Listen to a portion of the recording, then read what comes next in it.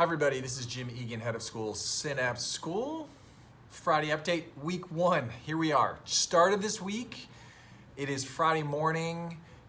Kids are on the playground playing. I hear kindergartners learning how to line up to use the bathroom. We had, I think, the best start to any school year that I have seen at Synapse, perhaps anywhere I've been in my career. We had such happy faces all over campus. Started the week with the popsicle social. Too many kids to count, too many parents to really keep track of. It was very much like our socials used to be, mingling. I couldn't get anyone's attention, which is great. That happened right into a week of kids in school, parents in coffees, meetups down at Sports House, parents coming through the building to drop their kids off.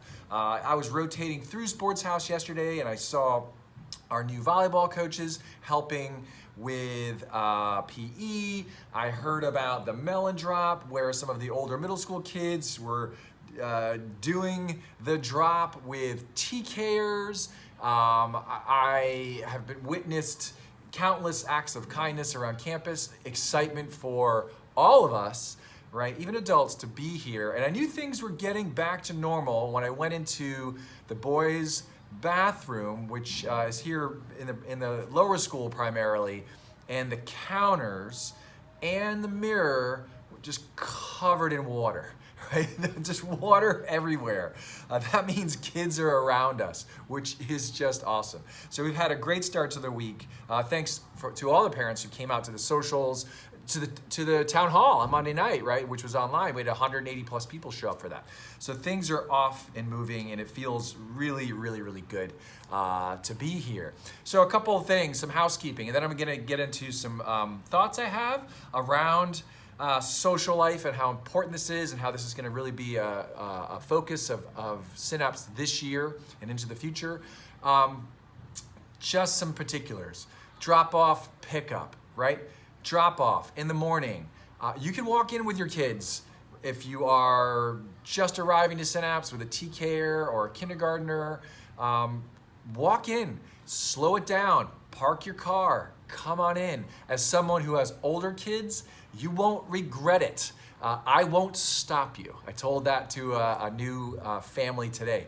Just keep going, walk in. Those are precious moments. And we want to see you and get to meet you. I want to talk with you as well, so feel free to do that.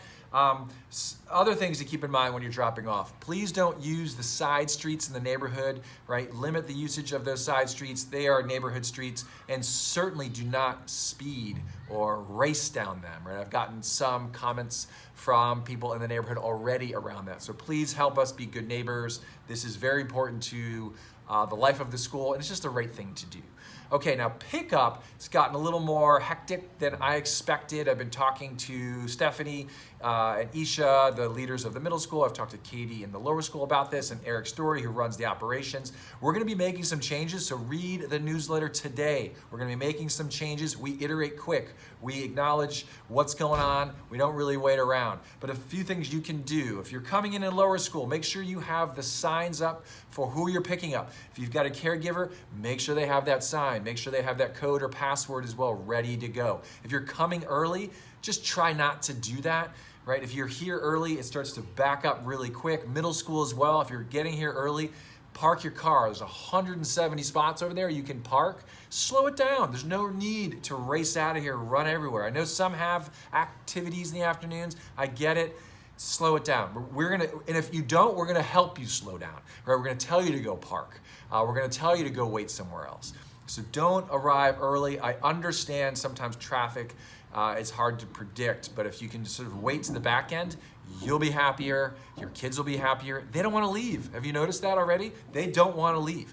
So the later you arrive, the better for traffic, for your well-being and your stress levels, and your kids will thank you as well.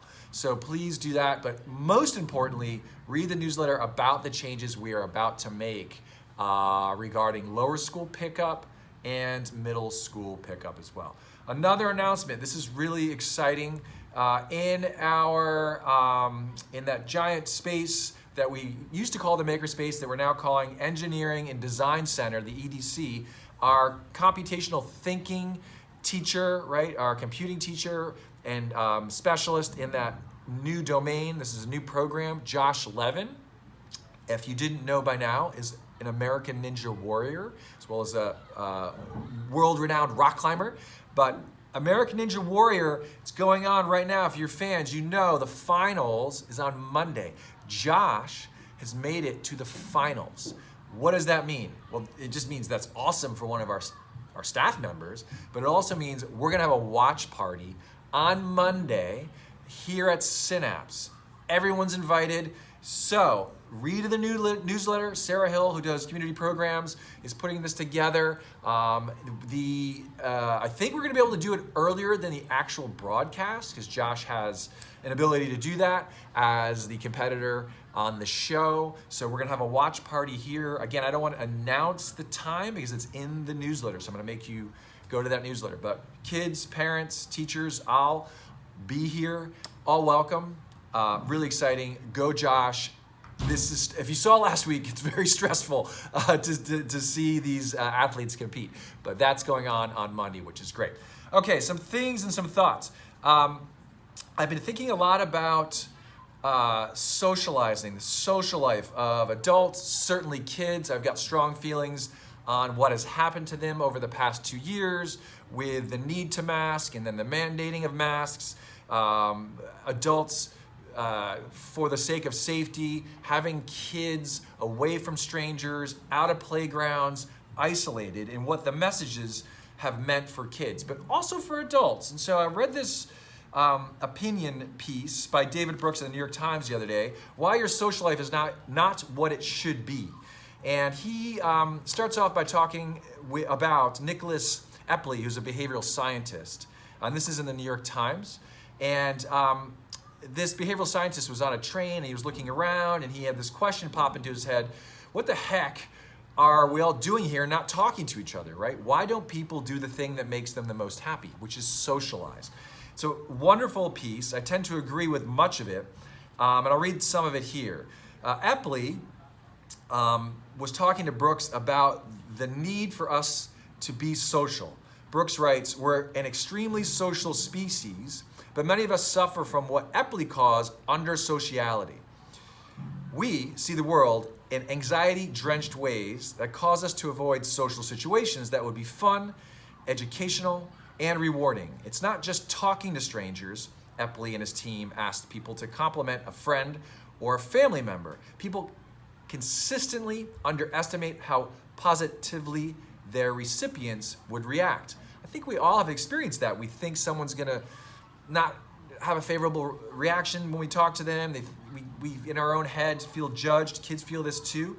But the research says very much other things, right? That actually those receiving the compliment, for those receiving the connection, that social connection, don't think that stuff at all. Now, Epley's research illuminates a mystery Brooks has been thinking about for a while.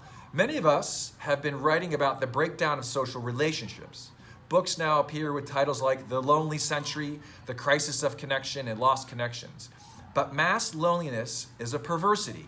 If a bunch of people are lonely, why don't they just hang out together? He goes on to discuss this as well. Now, I agree with this view of Brooks. Brooks's general view is that the fate of America will be importantly determined by how we treat each other in the smallest acts of daily life. That means being a genius at the close at hand, greeting a stranger, detecting the anxiety of someone's voice, and asking what's wrong, knowing how to talk across differences. More lives are diminished by the slow and frigid death of social closedness than by the short and glowing risk of social openness. He calls this work social exercise. So it can be learned, but like all exercise, like exercising optimism, it takes effort and practice. Believe it or not, no one believes this about me. I was a very shy and quiet kid up until about 14, 15 years old, where I went off to boarding school and was sort of forced into social interactions by the beautiful and wonderful teachers that were there, but also all the kids I was living in close proximity with. It opened me up. I realized I'm okay. The judgment in my head changed that I carried with me through childhood, right? Some of those insecurities.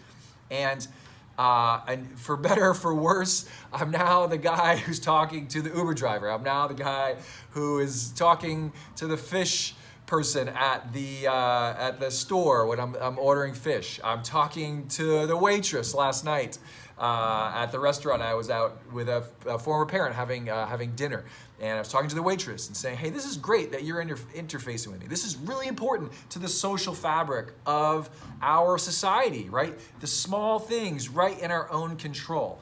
Now, there's another article I read after reading Brooks, because I was so excited to see that this is being sort of called out. And I went back and looked at an article in the New York Times called "Why Strangers Are Good for Us." By the way, if you hear some balls banging, it's wall ball outside my office, and that's okay. It's a good sign. There's social connection going on out there. This is by David Sachs. He's a Canadian author and writer, and he takes a look at strangers through the eyes of his 5-year-old son who's on a playground. So this is really applicable, certainly to all our parents at Synapse, but those with small kids.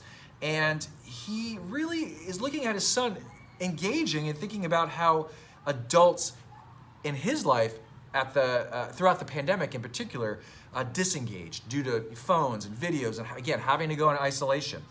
And he writes, "Engagement with strangers is at the core of our social contract. Most religious faiths instruct us to welcome the strangers we encounter, and there's good reason for this. If we engaged only with the people we knew, our world would be small.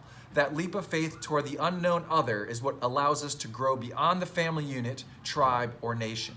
Everyone you converse with who is not a biological relative, your best friend, your neighbor, lover, spouse, even that chatty Uber driver from last weekend, or that head of school who just meets you on the corner in Palo Alto, was a stranger before you spoke to that person, right? Like kids here, all the new kids, the kindergartners are all pretty much strangers.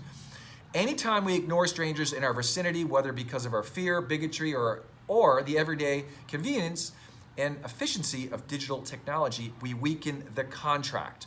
Far from random human inconveniences, strangers are actually one of the richest and most important resources we have. They connect us to the community, teach us empathy, build civility, and are full of surprises and potential wonder." He goes on to say, "We all have these kinds of people who populate our lives, who we aren't that close to and we don't share our deepest, darkest secrets with, right? But they form the tapestry that when they're not there, or we're not there, our life feels kind of empty." He ends with an image from a playground where his son is playing with another boy, stranger, and he's off to the side doing his thing. And the dad of the other boy's off as well. And he writes, "At the playground, I glanced up from my phone and saw my son and the other boy yammering away as if they'd known each other for years. The other father looked up too and seemed genuinely surprised at this instant relationship. He walked over, knelt, and asked his son who he was playing with. 'I don't know his name,' the boy said, as his tiny fingers clutched one of my son's Lego figures, 'but he's my friend.'" I've been seeing that take place here for the past couple days. If we can just follow kids' lead and lean into meeting strangers as adults, so parents leaning into that here with other parents. But I'll challenge you to go further. Talk to the waiter or waitress. Talk to the Uber driver. Talk to that person online with you at the store. Talk to the silly head of school with curly hair that may run into you on the street and want to understand who you are, know your name, and where you're from. That will absolutely bind us together in a positive way, I believe, teach us how to empathize and connect with others, and model for our kids what is essential, that we can talk with one another despite differences. That's my message for you this week. I had just a great time the past few days. I hope you have a really nice weekend. A lot of energy was expended by kids, and adults this week. You as well with these drop-offs. They can be hard. So have a really super weekend, and we'll see you on Monday. Take care.